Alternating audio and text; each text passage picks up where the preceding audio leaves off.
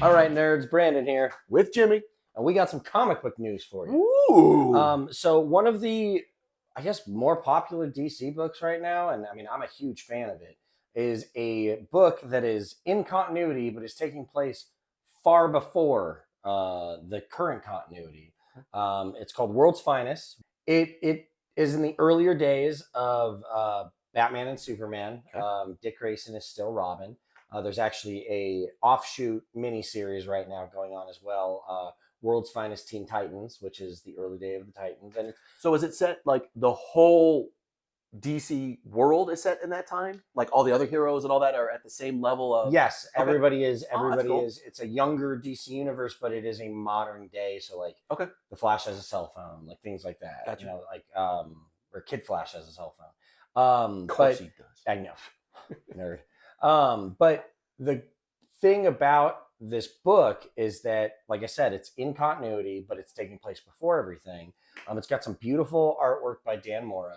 And the next storyline we're going into is Batman and Superman are going to be visiting the Kingdom Come timeline, which is now, it's their future, our future in current continuity comics as well. Interesting. Now, here's where I can jump in because I did read Kingdom Come Mm-hmm. a long time ago when it came out. It's been a minute for me as well. Might have to, It was actually, I guess, the time when I was in school because I learned what the word gulag meant. I had no idea. And it's like, what the hell is this thing? It's like, take him to the gulag. I'm like, you're like, prison? I'm like, dictionary. I'm like, oh, cool. That makes sense. Dictionary. I remember when that book came out and it was legendary almost immediately. Yeah. Obviously, the artwork by Alex Ross was just gorgeous. I mean, it was such a standard for such a long time, and it was the first. It wasn't the first, but it was such a big book that it was kind of deemed the unofficial future of the DC universe at the time before it was finally like officially relabeled as an Elseworld.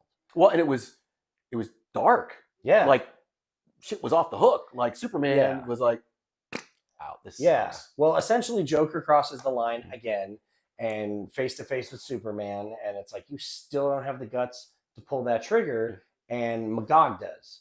And Magog basically says, we don't have time for you old heroes anymore. Like this whole non-violent, this guy's a murderer. Bullshit. I killed him. We're moving on. Who's with me? And a lot of the heroes follow, and a lot of the heroes don't. Superman decides to retire because he's like, what does this world need me for anymore? No one cares. Now, earlier in World's Finest, there was a story where they find somebody with alien powers. It is revealed to be a young Magog. So now, interesting. And he basically was almost like Superman's Robin for a few issues because he had all these, Superman type powers. And now we're going to see him in the future after that initial influence.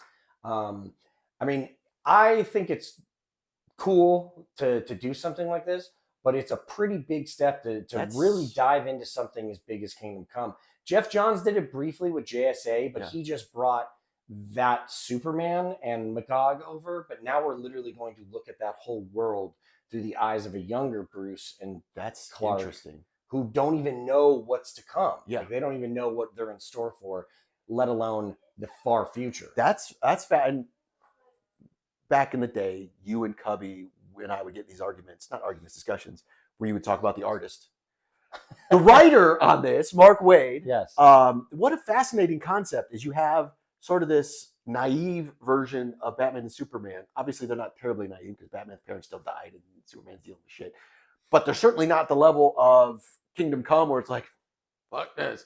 That they're going to meet up. Well, I mean, they're still, and the way where this book takes place, they're still early in their career. So it's like they're still learning how to do, like, Batman's still learning to be a team player. He still only had Dick Grayson as Robin. Yeah. He hasn't found Jason yet, or, Dick hasn't stepped away. Yeah. And it's going to be interesting to see them now jump into this time and be like, wow, like, things are much different. Like I said, we're not even a current day yet. So they have a lot to go through and a lot to see. That's fascinating. I do like how DC has done this. They recently did bringing the Watchmen universe over with the end of Flashpoint and New 52 and kind of wrapping all that stuff up. And I really appreciated how they brought in this mythos that on the surface had nothing to do with the modern day DC. And then it was like, no, there's Dr. Manhattan. Yeah. Okay, cool. But you could easily screw it up and thus ruin Kingdom Come. Yeah. And what that was. Yeah. So that's a fine line they're walking. Yeah, but I mean, it's cool because I think the big Elseworlds and all these different universes are kind of the thing right now that everyone's jumping to. Yeah. And it's like, why not jump back into a book you did, 20 plus years ago and kind of revisit what those implications would mean for learning that knowledge so young. And like, because it's still labeled an Elseworld, it doesn't mean this is their definitive future, but I mean, like, covering their ass. I don't know. I think it's a pretty crazy thing they're doing, especially like with everything being big events and do all this. We're doing something that is taking place earlier and later at the same time to help build out the current story. That's fascinating. And as you said, Mark Waid revisiting something he wrote 30 years ago.